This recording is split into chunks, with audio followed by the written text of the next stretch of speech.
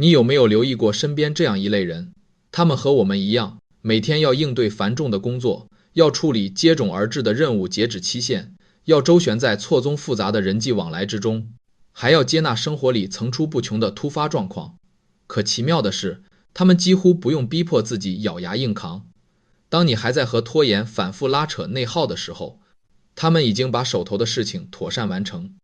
当你还在苦苦等待所谓绝佳状态降临的时刻，他们清晨醒来就可以从容开启一天的行程。你尝试过提醒软件、打卡社群、番茄计时各式各样的工具，可往往短短3天就打回原本的生活模样。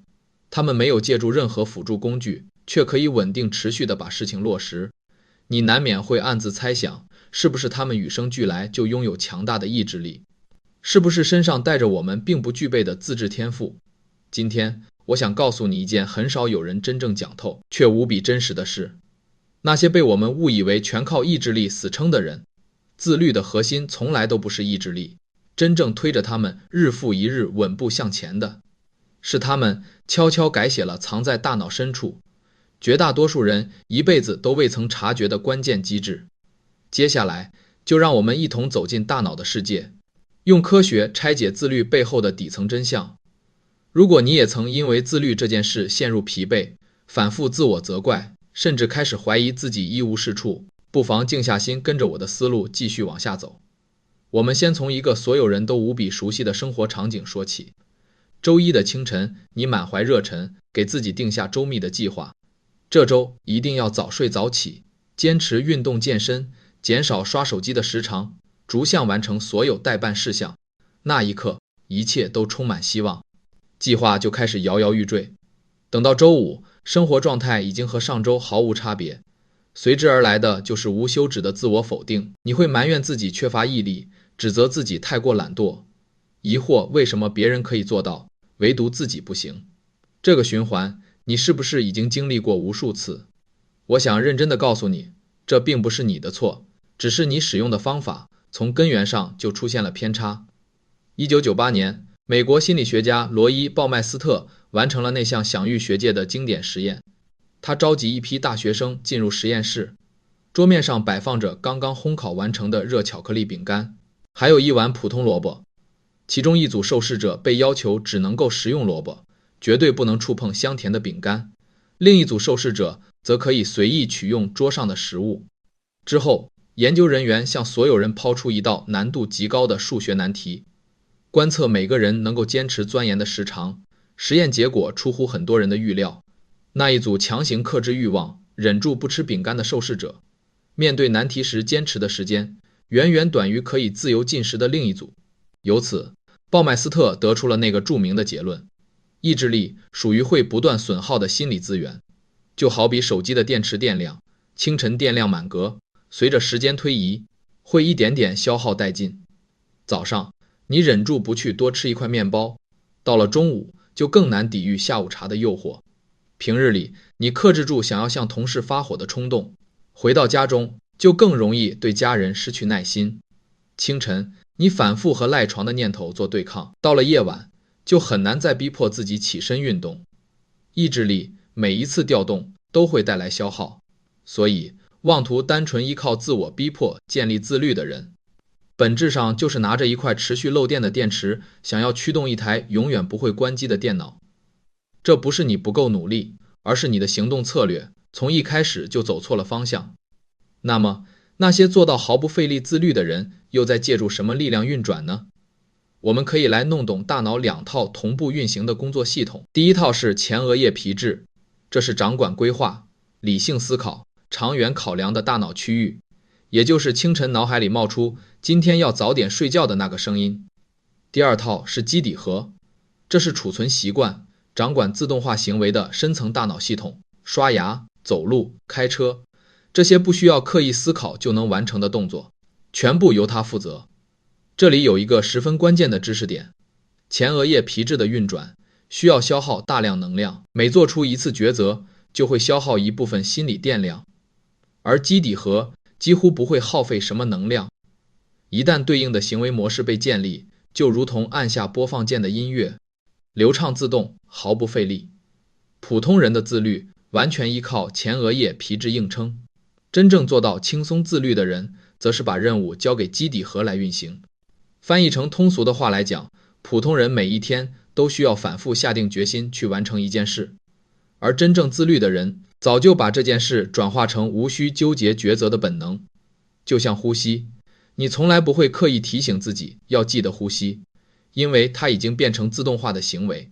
那些令你羡慕的人，运动、阅读、规律作息，在他们的大脑当中和呼吸拥有同等属性，并不是他们的意志力远超于你，而是他们更早把这件事从前额叶的刻意劳作移交到基底核的自动化流程当中。而这个移交的过程，就是我们今天的核心——习惯回路。神经科学家安格雷斯·加布里埃尔在针对基底核开展研究的时候，发现了这套特殊的结构，也就是习惯回路。它由提示、惯例、奖励三个部分共同构成。提示就是触发行为的信号，可以是某一个时间节点、某一处环境、某一类情绪，也可以是一个微小动作。惯例就是你实际执行的行为本身，奖励则是完成行为之后大脑收获到的正向感受。这套回路每完整运行一次，就会在大脑当中刻下更深的印记，重复的次数越多，行为就愈发自动化，越发不需要意识参与其中。这就是习惯蕴藏的力量。这也恰好解释了真正的自律不靠意志力硬扛，而是要主动设计习惯回路，把你想要落实的行为对接上已经存在的提示，搭配真实可感知的奖励，借由大脑的基底核驱动这件事自动发生。仅仅讲解理论会显得抽象，我们把这些知识转化成你当下就可以落地实践的内容。你有没有发现，身处咖啡厅的时候，你的工作效率会明显提升，可回到自己的房间，明明只想查询一点资料，最后却不知不觉刷了40分钟手机。这并不是你在咖啡厅拥有更强的意志力，而是咖啡厅的外部环境替你的大脑完成了选择。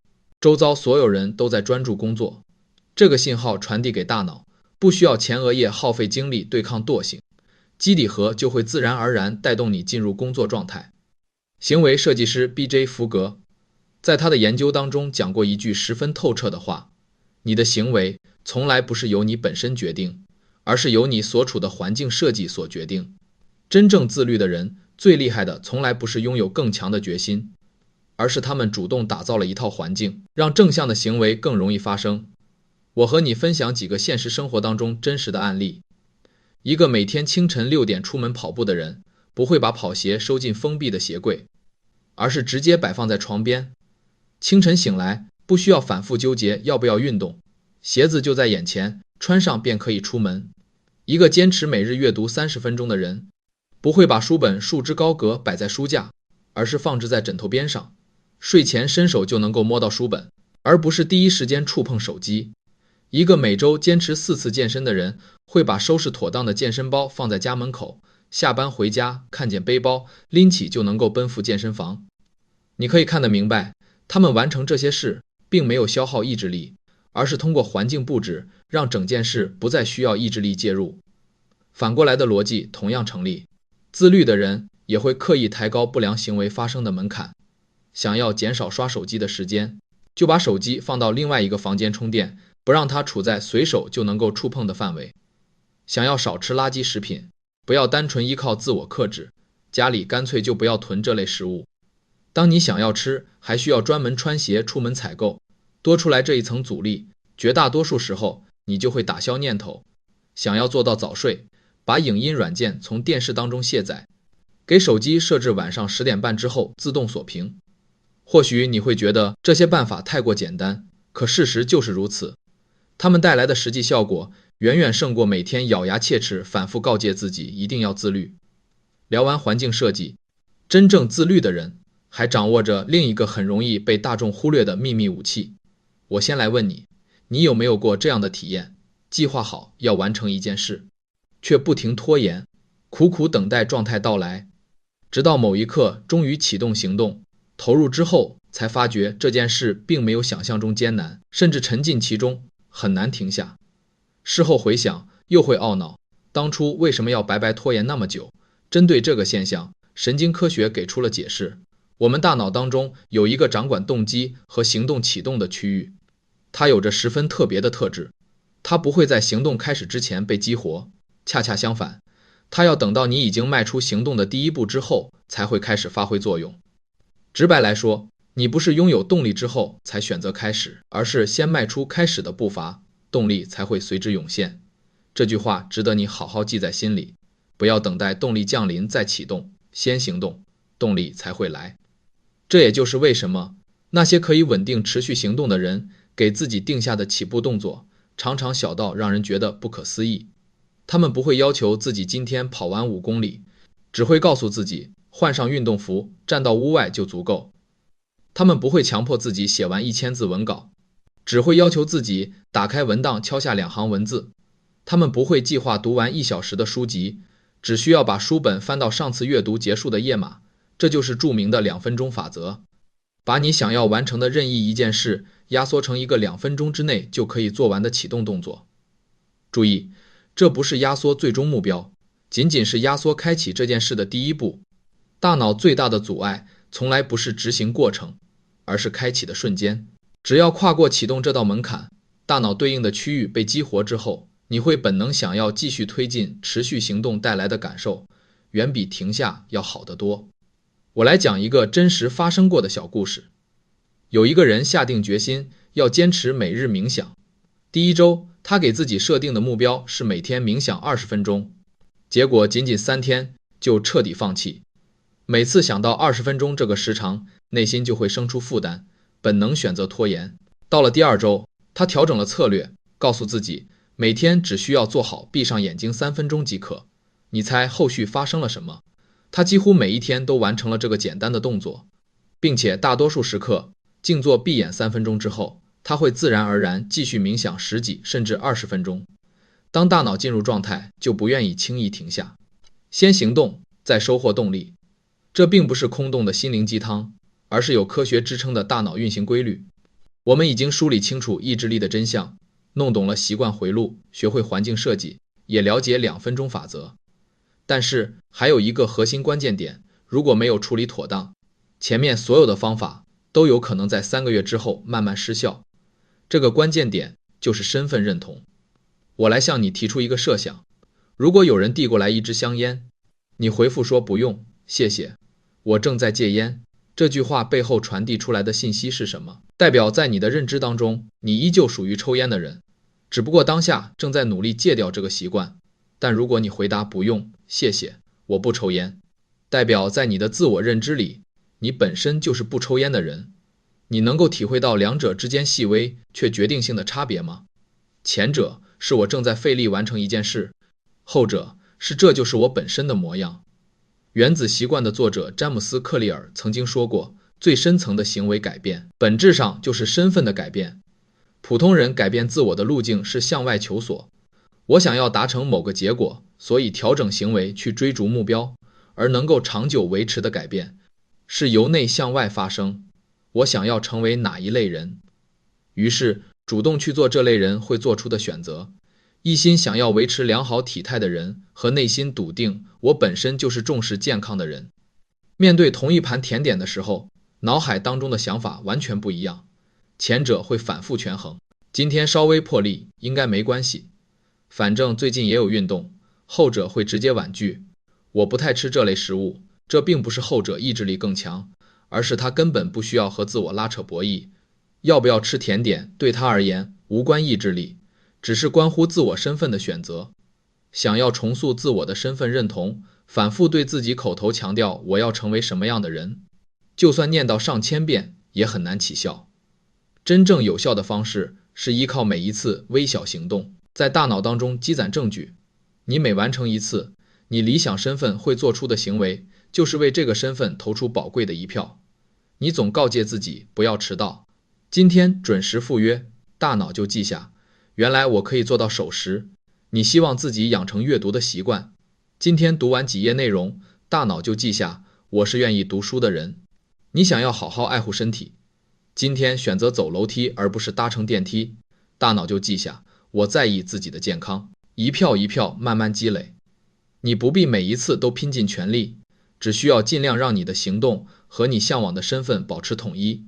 时间推移之后，这个全新的身份就会真正内化成为你的一部分。到那个时候，你再也不需要依靠意志力硬撑，你的所作所为只是在顺应本来的自己。讲到这里，我们不妨稍微停顿。我观察到一个很现实的状况，自律失败其实并不是单一的问题，而是3种截然不同的困境被我们笼统归到同一类。如果你分辨不出自己正遭遇哪一类困境，再好的方法都无法对症发挥作用。接下来，我们就把这3类困境拆开来看。第一种，启动困难型。你并不是没有完成事情的能力，难就难在迈出第一步，计划清清楚楚摆在眼前，反复观望，不停拖延，总想着等心情到位再动手，等状态变好再开启，可合适的心情与状态迟迟不会到来。这类困境无关能力，也不是意志力匮乏，是你在脑海当中把整件事想象得太过繁重，大脑提前预演整件事的艰难，感受到沉重感之后，本能产生回避，对应的解决办法就是把第一步简化到近乎微不足道。不要想着今天写完完整报告，只要打开文档输入标题就够，不要想着今天彻底整理完房间，清空床头的桌面就可以。你的目的就是让大脑感知这件事没有想象当中那么沉重，一旦顺利开启，后续的推进就会顺理成章。第二种，持续困难型。你可以顺利开启一件事，却很难熬过初期的阶段。运动坚持3天就中断，阅读习惯维持1周便宣告结束，早起计划执行到第5天，遇上周末睡懒觉就全部崩塌，又要从头再来。这个问题不是决心不够，而是你的习惯回路还没有完整搭建完毕。很多人听过21天就能养成一个习惯，其实这个说法并不准确。伦敦大学的相关研究表明，一个习惯真正做到自动化运转，平均需要66天，不同的习惯需要的时间差距很大，最短18天，最长甚至需要254天。如果你在第21天之前就选择放弃，并不是你能力不足，只是你没能熬过最煎熬的构建周期。对应的解法，不要执着设立遥远的大目标，要搭建属于自己的行动系统。不去想我必须坚持整整3个月，大脑会抗拒这种遥远的承诺，只告诉自己我把今天做好就够。到了第2天再重复这句话，我只要做好今天，把行动的连续性交给打卡记录，这份记录本身就会变成你不愿意轻易破坏的东西。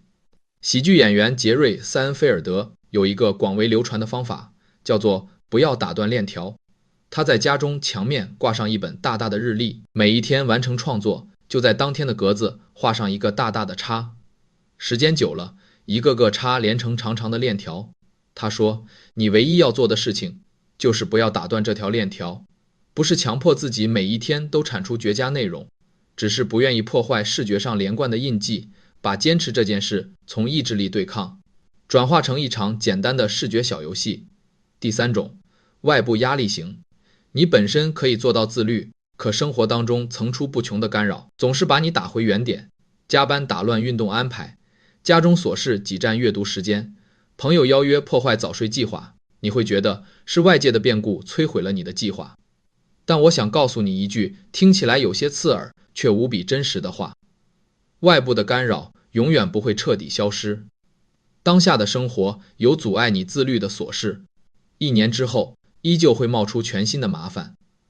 真正自律的人，生活同样充斥加班、意外以及各种打乱计划的突发事件。他们和普通人的区别是把继续行动的门槛设置得足够低。加班结束，疲惫到完成不了原定计划，那就执行极简版本。原本计划跑5公里，只剩下一点点精力，出门走10分钟，感受夜晚的空气也可以。原定阅读30分钟，身心俱疲，翻看2页书本也算完成。计划要早睡，赴约归家时间很晚，可以接纳今天的特殊情况，但依旧调好第2天的闹钟，保住行动链条，哪怕今天的完成度十分微薄。我们追求的不是事事完美，只是不要让链条彻底断裂。一旦完全中断，重新启动需要付出的代价，远远高于完成极简版本维持延续的代价。这3种类型，你或许能够看到自己的影子，你不一定只属于其中某一类。很多人会同时面临好几种困境，分辨清楚自己的问题，才能够借助对应的工具精准处理。说到这里，我们再来聊一个很多人刻意回避的真相。不少人看过大量自律相关的道理，全部都听得明白，可依旧无法落地行动。这背后的根源是一件悄悄耗光全部精力的事，那就是精神内耗。什么是内耗？就是你的脑海之中不停冒出自我攻击的念头。我为什么这么没用？为什么别人可以做到，唯独我不行？试过这么多办法，我大概真的无可救药。你有没有体会过这些念头有多么消耗心神？你没有实际做任何劳作，内心却像有一台不停抽水的机器，一点点吸干你的心理能量。真正自律的人同样会遭遇失败，会出现拖延，也会偶尔搁置计划。他们和普通人最本质的差距，不是犯错的次数更少，而是失败之后不会不停折磨自己。面对落空的计划，他们不会斥责自己一无是处，只会平静接纳。昨天没有做到，那今天重新开始，如同翻书一般，快速翻过这一页。神经科学研究告诉我们，当我们陷入自我批判的时候，大脑当中的杏仁核就会拉响警报。这份感受和现实当中遭遇威胁别无二致。处在这样的状态，负责规划、决策、执行的前额叶皮质就会被抑制。直白来讲，你越是严苛的苛责自己，就越难做到你想要完成的事。这并不是劝你降低对自我的标准，肆意放纵，而是告诉你，苛刻的自我攻击不会推着你变好，反而会变成前进路上巨大的阻碍。善待自己不等同于摆烂放任，而是给大脑营造安全的心理环境，让它拥有充足的资源去尝试、去学习、去一点点进步。就像面对一个正在学习走路的孩童，我们不会指责他摔跤笨拙，只会蹲下身告诉他没关系，再试一试就好。请你也用这样温柔的方式对待自己。接下来，我们静下心来梳理今天全部的核心内容。真正的自律不靠意志力硬扛，因为意志力注定会不断损耗，让人可以轻松稳定行动的。是4件事相互叠加形成的完整系统。第一件，主动设计你所处的环境，抬高坏习惯发生的门槛，降低好习惯落地的难度。跑鞋放到床边，书本摆到枕边，水杯放在触手可及的桌面，手机放到别的房间，家中不去采购垃圾食品，让环境助力你的行为，而不是和你的目标作对。第二件，用好2分钟法则，压缩启动动作，不是修改最终目标，只是简化开启的第一步。先踏出行动，动力才会随之涌现。这是由大脑本身的生理结构决定。